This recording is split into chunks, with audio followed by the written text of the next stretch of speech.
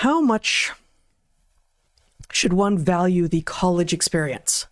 How much does this compensate for the devaluation of a degree and the higher costs? Are there other ways of recreating it? All right, I'm going to say some nasty things, and then Heather is going to back me off them or correct for them.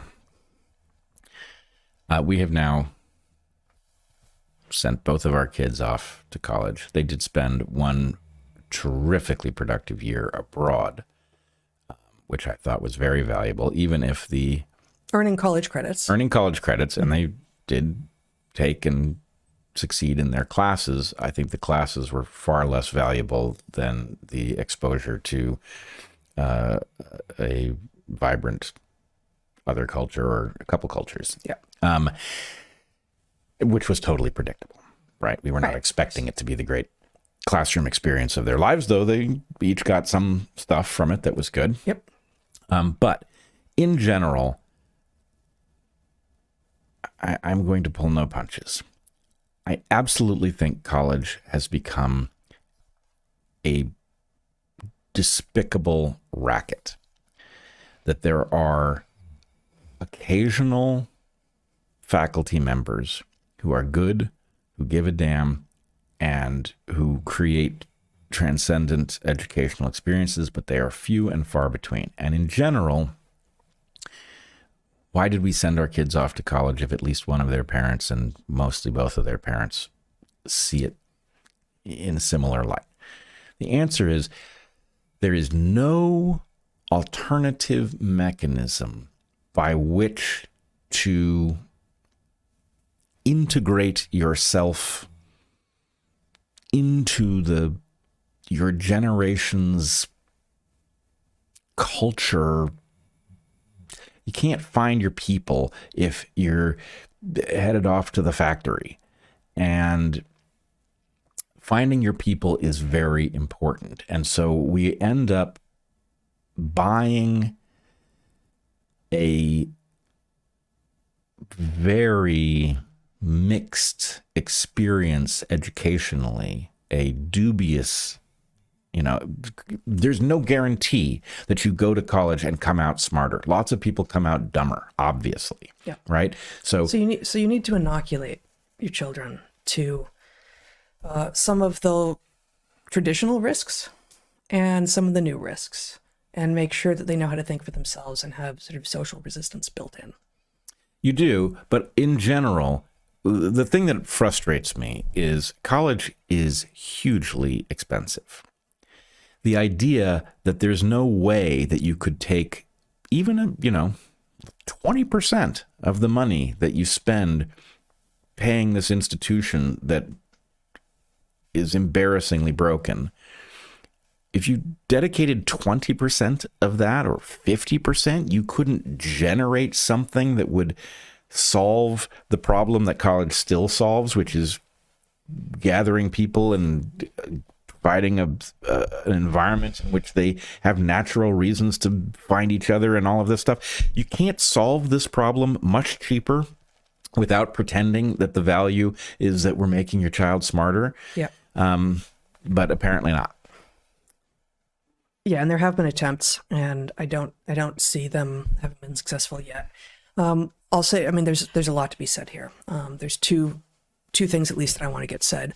When we were professors and I was advising students, some of whom had come to Evergreen from other places, some of whom were thinking about transferring out of Evergreen, some of whom knew that they wanted to go to graduate or professional school and were wondering if Evergreen was the right place to get a degree before launching. What I found myself believing and telling students at that time, 15 years ago, let's call it, or mid-aughts-ish, or around 2010. What year is it? It's 2025. Was that, especially if you're going to go on to like graduate or professional school, you want to do your undergrad at a small liberal arts college because that's where you have the greatest capacity to really get to know people in their intellectual environment in small classes and get to know faculty and get to be engaged with research that might be interesting. And then you want to go to the biggest, most rigorous R1 institution possible for your graduate or professional degree. I no longer think that there is a good argument to be made for attending a small liberal arts college. And that saddens me greatly because small liberal arts colleges used to be absolutely the place where so much of the amazing stuff of youthful life took place.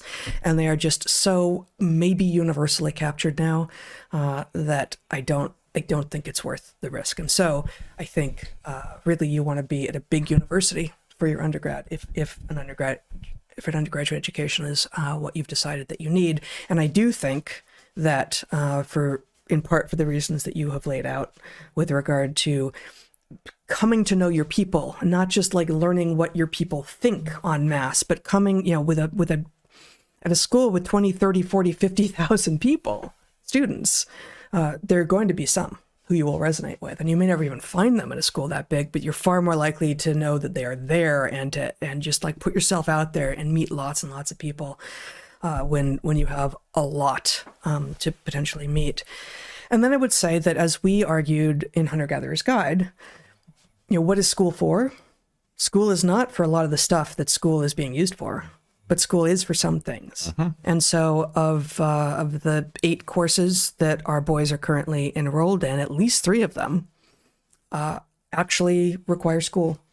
And they are bio with lab, chemistry with lab, and physics with lab. Yep. And it's the lab part and like hopefully the lecture part too. And they've reported on 2 of those and said, wow, the teacher seems great. And like, I'm really excited about this, but it's the lab part that you need the facilities for.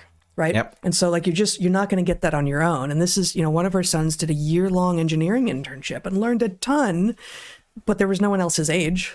Right. So that was great in terms of the learning, but it didn't help with the social stuff. And also because it was at, an amazing functioning, existing company, it was inherently narrow because they had a job to do. They weren't there to teach him. He was there to learn from them. And so he was going to learn whatever got handed to him.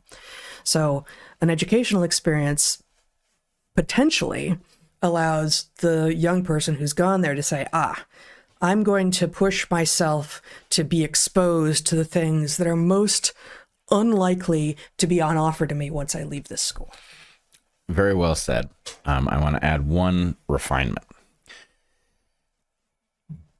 It's related to what you were saying about the larger institution, but people are so broken and distorted by developmental environments that are really off that you are looking, let's say, specifically, you are at the very least, hopefully, looking for a life partner. And because a large institution is a large institution, the likelihood that what you're looking for, the person you're looking for, is represented there is higher than if you go to a workplace or whatever. Now, maybe you can make some sort of an argument, which I'm not going to like very much, about online stuff now making really large populations in which you can find the right person. But the problem is it excludes a lot of stuff because you're missing too much of what it is to be human. You're missing too much of what it is to be human. And frankly, so much of youth now is about cultivating an impression that you are distributing online. And the fact is, reality, which has conservation laws and stuff, you actually find out what people are like. Yeah, stop curating, start living. Right, exactly. So anyway, let's just say the large institution is a place where you are likely to find a life partner. If you walked away from... And your friends for life.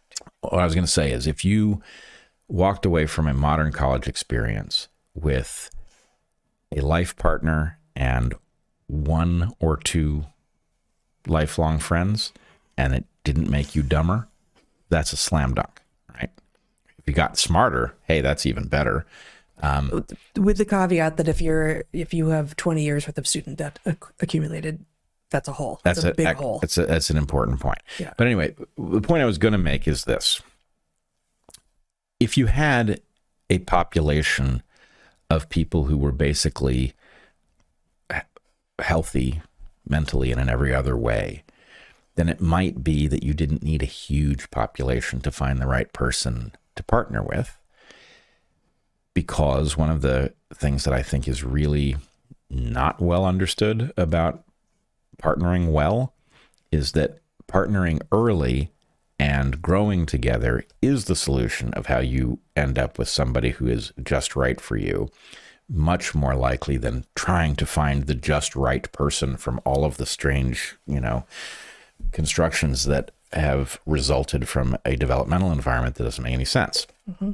So if you're looking for a person who is capable of being, your partner for the adventure of life, whatever your life is going to be like, you may be looking for a needle in a haystack, and you may need a substantial haystack in order to have a good chance of that needle being in it. So I guess it's a tails of the distribution issue, right? You may be looking for the rarest of things. And if you're at a small institution, there may be nobody.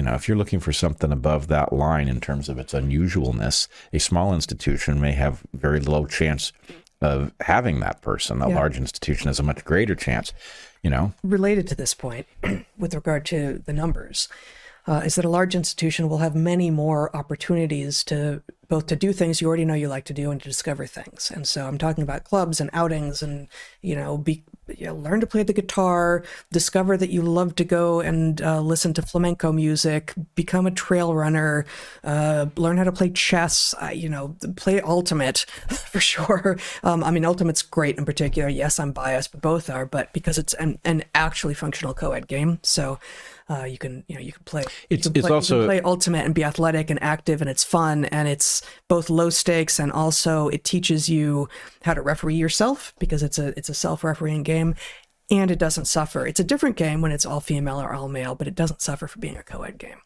Yeah, it doesn't suffer from being a co-ed game, and it appeals to a wider range of types of people. It's not just another version of sports ball, and I'm not denigrating. Yes, I've used a term that denigrates it, but there's nothing wrong with, soccer or baseball or football or any of those things. But the idea that a wider range of people will find themselves playing Ultimate, and therefore, you're not being exposed to a bunch of people who've all made the same life choices is valuable too. Yeah, and you can pick it up in a way that it's harder. If you didn't grow up playing soccer, it's harder to walk onto I wanted to say the pitch. That's probably not the word. The field. Yeah. Well, and suddenly start playing soccer, whereas you can't do it with Ultimate. To make it clear, I know you've written about this explicitly, but because of the way Ultimate works, it is specifically deliberately designed to be welcoming of people who don't know how to play it yet, and there are various different ways you can play. But if you play man-on-man defense, then you can simply match with somebody who's at a similar level of knowledge of the game or capability, and therefore you can have novices on the same field as experts, and it doesn't create a weird game because everybody is paired with somebody at their skill level. Sounds like that shouldn't work, but it really does. And there's just no other sport you could say that about. Yeah, it totally does. And I think at a pickup game, which is most of what most people would end up playing, maybe they love it and they start to play club or something.